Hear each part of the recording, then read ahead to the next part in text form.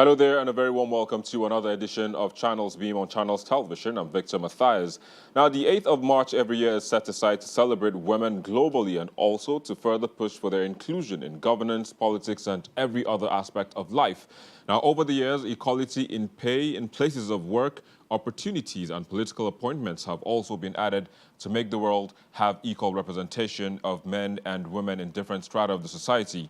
Women are heads of state or governments in 22 countries, and only 24.9% of national parliamentarians are women. And this is what the theme of the 2021 celebration of the International Women's Day aims to change. The theme is Women in Leadership, Achieving an Equal Future in a COVID-19 World. And that will be our focus on the program today. But before we go into all of that, let's first take a look at the trending social media topics in the past week.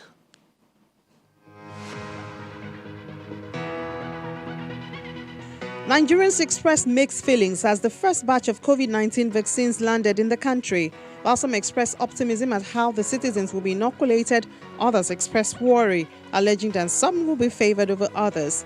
The jab has since been given to the President, Muhammadu Buhari, his vice, Professor Yemi Osinbajo, and some medical personnel who have spent the better part of the past year treating COVID-19 patients, with others billed to receive theirs soon.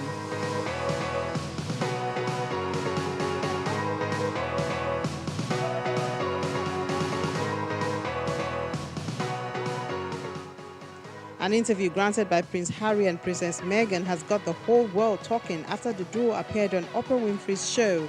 It was a tell-all interview where they spoke about their lives in and out of the royal family.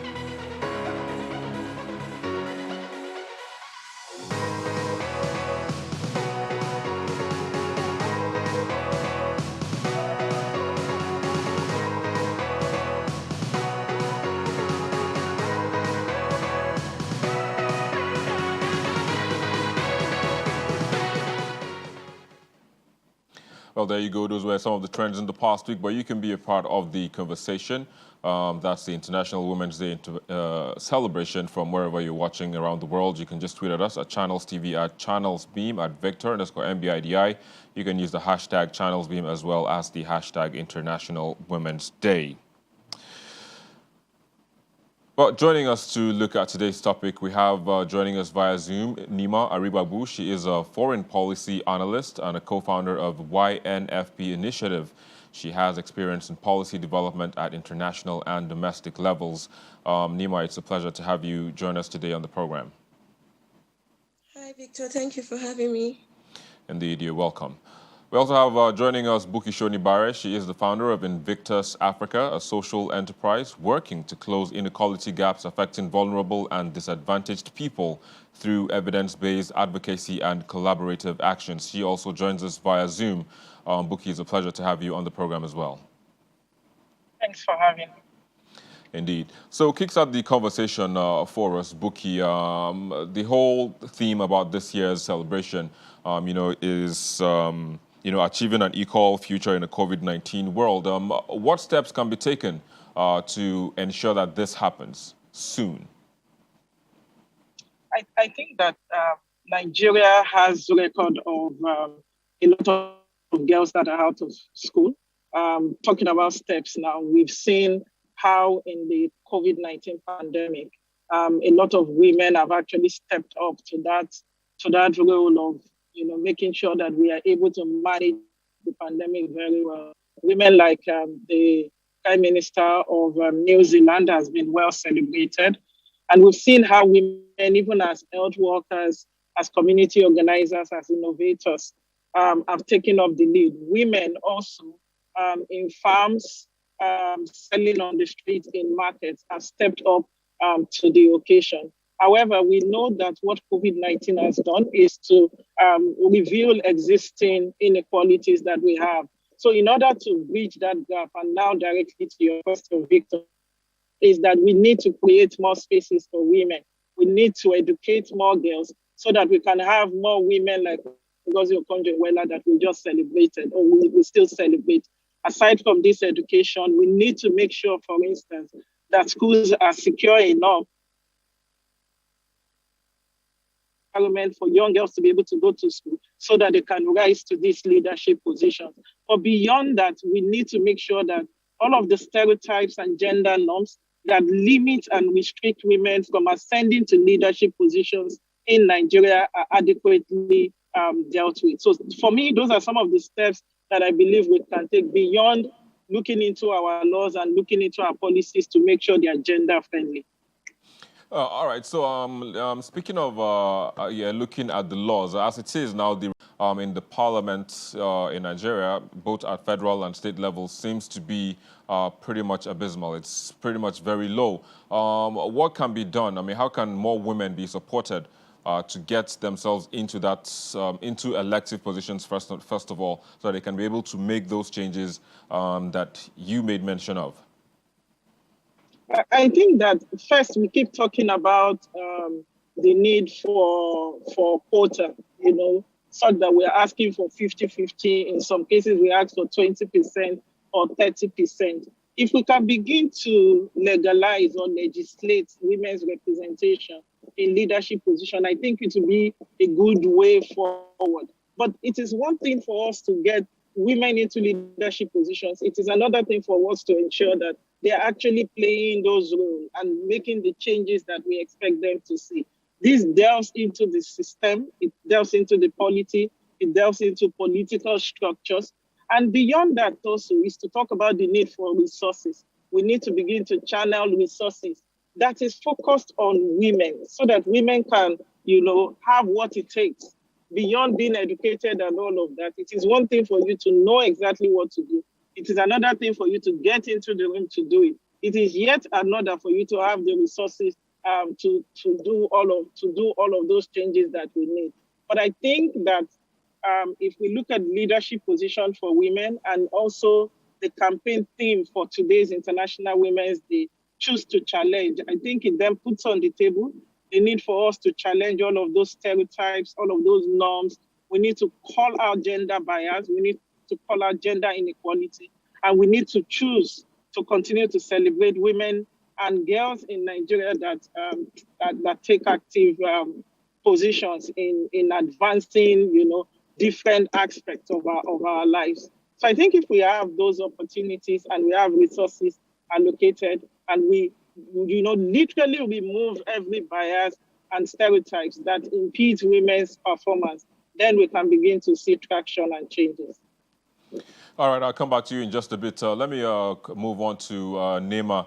Neema is also joining us via Skype. Neema, as it is, today's celebration is pretty much hinged on, trying to get people more involved in participation, be it political or civic engagement, and most importantly, to shatter ceilings. But it's pretty much easier said than done. But in your own view, what can be done to make this process look as easy as it seems on paper?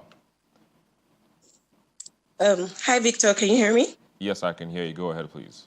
Okay. Yeah, to back up what Buki has just said, she made a very valid point about legalizing and putting up laws in place for us to be able to get women into politics. However, we won't have the quota or the number of, the level of representation that we're looking for if we do not only change the norms, but also create policies that are skewed towards bringing and reducing the cost of governance, the governance and the cost of elections. As we know, elections in this side, in Nigeria is actually skyrocketed. Like, it is out of this world. It is very hard for a normal person to just get up and say they want to run for office without having an excessive amount of money. So to be able to get more women in, we need to reduce the cost of election itself. We also need to play a vital role in trying to educate everyone around us. I'm talking people at grassroots level, because there is still very deep systematic problems in terms of women in leadership positions. This is actually a very, very common take, where when you go into the market or you go somewhere that has a high population of, the people in the grassroots, and you ask them, would you want to have a female governor?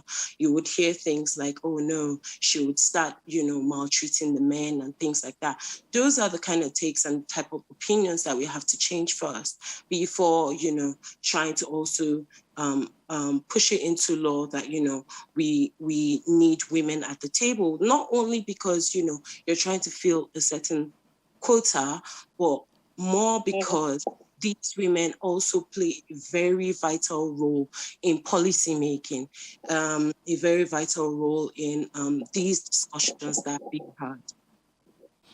All right. So when you talk about some of these stereotypes, are there campaigns that is educating people who have that mindset at the moment to help move them away from that particular mindset? Are there any campaigns going on or in the pipeline? Oh yes. I'm actually, I'm a part of I'm a part of a number of ones. I'm a part of one called the NG Voices. Basically, we're trying to make sure people understand the meaning of civic engagement and political participation at all levels. Particularly, we're targeting like the legislature and trying to make people realize that it's important for them to also get involved, because these conversations and laws that are being made are made for their own purpose as well. I'm also a part of one that has like just women who intend to run for office. I'm sorry, I can't really mention the name at this time. And there's also one going on in the markets, some markets in the southwest of Nigeria as well, where we are actually taking the conversation in the form of a town hall meeting with these women and the people in the market, basically letting them know what it means to be in government and why it's important for them to actually engage. All right. Well, it's good that engagement is ongoing, maybe offline at the moment. But online, Buki, I mean, you're also a voice on social media. I mean, we've seen your tweets here and there, but is there a direct campaign on social media that aims towards, moving this kind of thoughts, this thought process? Any kind of campaign that would help to change the mindset of people? Sure, there are. So we at Invictus Africa, with support from OSIWA, we started what we call the PASS project, for instance. That is prevention, accountability, and support. Even though it is focused on sexual and gender-based violence, but it also actually provides an opportunity for us to sensitize people about issues affecting women. Don't forget that when we talk about things that we need to challenge, when we say choose to challenge, beyond women's participation in leadership positions, just like what Nima was talking about and the field with which she works, there are also issues around gender-based violence, women's position in the workplace, and all of that. So our own online campaign has been focused on that, using infographics. We also then use Instagram, and with Instagram, for instance, we have a program called Mind the Gaps, and with Mind the Gaps, we need inequality gaps. And even with our online TV platform, She TV, we make sure that we produce short films, documentaries, vox pops, just to make sure that we sensitize people. Nima rightly mentioned something, that we must take this education into the grassroots communities, because those are places that we need to change all of these norms and all of these stereotypes in different issues that affect women. And we must also take cognizance of the fact that there are certain women who do not have access to the internet, and also coming and taking the message directly to them would also help in bridging the knowledge gaps that we have been seeing. Yeah, so it's good you made Buki, it's good you made mention of people who don't have access to the internet, because I was going to go there to ask how you would reach people who, I mean, are in the hinterlands. I mean, are in all of those places where we don't really have adequate internet, or they don't have the means to perhaps one buy a smartphone and also afford internet. But in terms of tracking the progress, I'll just said that you should just hold your thoughts on that for a bit. We'll take a quick break, and when we come back, we'll discuss more on how you track the progress of all of these work that you do in trying to change the mindset of people. Please stay with us.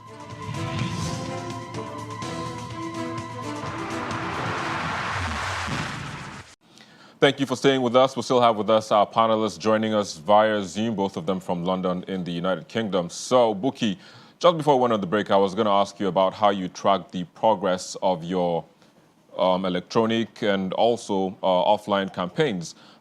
Is there a mechanism put in place, and what results have you gotten so far? Very good question, Victor. So what we do is we deploy field officers, and that's because we realize that a lot of these sensitization programs are actually going on social media. And like we rightly identified earlier, some don't have access to these media platforms.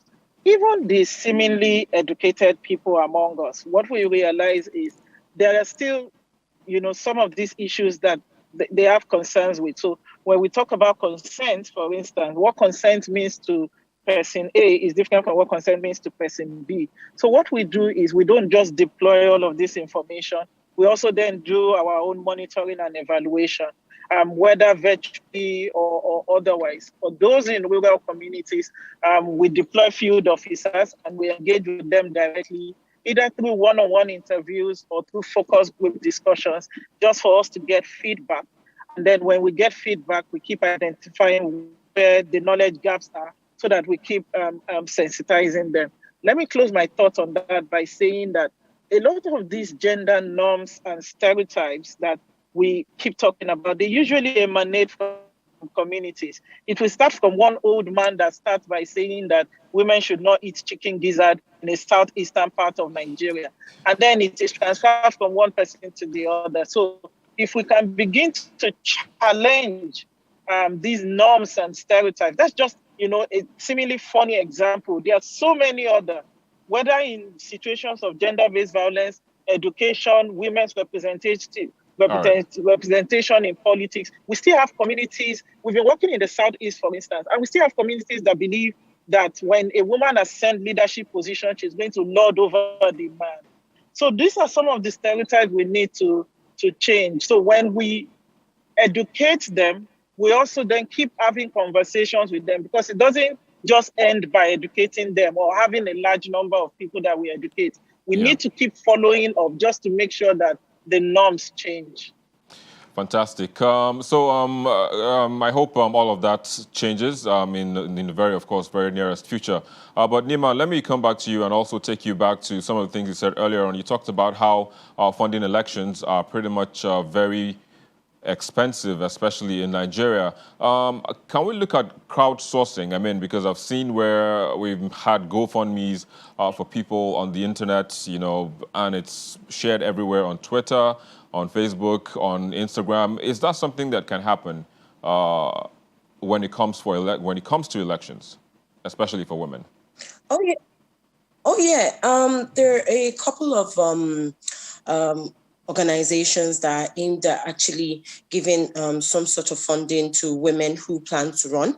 I think Elect Her is actually one of them, they're working on that.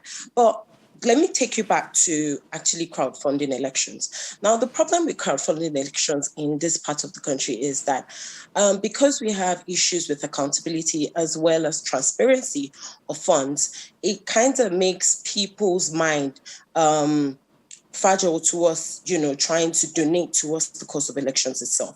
We're currently going through a phase of a huge mistrust between the citizens and the government, whereby even if I stand up today and say, I want to run for office, you would hear questions like, first of all, what have you done? Why do you want to go into it? And all of that. For us women, it's actually much harder. Trying to crowdfund is much more difficult because, you don't know how much you're going to be able to spend. So even if I'm going to say, oh, I want to ask for a certain amount of money, I can end up coming back to ask for more, which would obviously change people's mindset towards wanting to donate towards my cause. To just wrap this up, I really do not believe in trying to fully, crowdfund for elections without us reducing or lowering the cost of elections itself. Because even if you're going to be crowdfunding within a particular constituency, I think you're looking about hundreds of millions to be able to even get that slot that you're running for. Yeah. So elections in itself are actually very expensive. And I think the best thing we even need to do before we actually start talking about crowdfunding is trying to reduce how much, the cost of elections. How much people, the cost of elections itself before saying, we start running. Yeah, so let's hope all of that happens sooner. Of course, one, reducing the cost of elections, and also the ability to crowdfund for people who want to run for office, and also all of the things that Buki made mention of. But that's where I have to say thank you to you, Neema, as well as Buki. Thank you both for joining us today on the program and sharing your thoughts. Thanks for having me. You're welcome. Well, moving forward now, still looking at how women can support women to achieve their aims and their goals in terms of having political or elective offices. Let's take a look at this report. Nigeria currently has the lowest representation of women across parliament in Africa, with a dismal 4.1%. In 2019, only 5 out of 73 candidates ran for the presidency, and none of them were among the top 3 most voted candidates in the presidential race. To change this narrative, this group of men and women are gathered to chart a course that will help women garner the needed support to thrive in a political terrain dominated by men. So what is Agenda 35? Essentially, it's a non-partisan, comprehensive campaign. And essentially, what we're really trying to do is to de-risk the process of running for women. And what we try to do is, how do we create solutions so that the existing structure doesn't exclude women? So we're trying to provide the critical social, human, and financial infrastructure that will drive a critical shift ahead of the 2023 general elections. And we have a 3-point agenda. The first one is obviously setting up a $10 million fund to empower 1,000 women, but we also want to go really bold. And one of the things we want to do is to directly back, or would you say, fund 35 women. The group aims to provide matching funds sourced through crowdfunding to directly support women to run for executive senatorial seats, State House of Assembly, and Federal House of Representative seats. Apart from funding and engagements with local and international bodies to seek more support, the group will commence its inaugural cycle of a first-of-its-kind fellowship program known as the Elect Our Future Lawmakers Program, EFLP, a 6-month physical and virtual fellowship to groom, equip, empower, and enable 30 women ahead of the 2023 elections.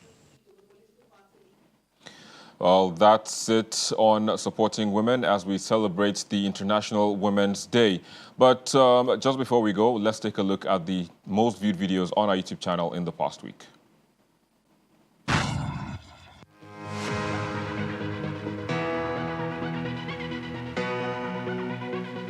We begin this week's most viewed videos with the parade of security operatives alongside others by the Ondo State Police Command for alleged involvement in rituals and armed robbery.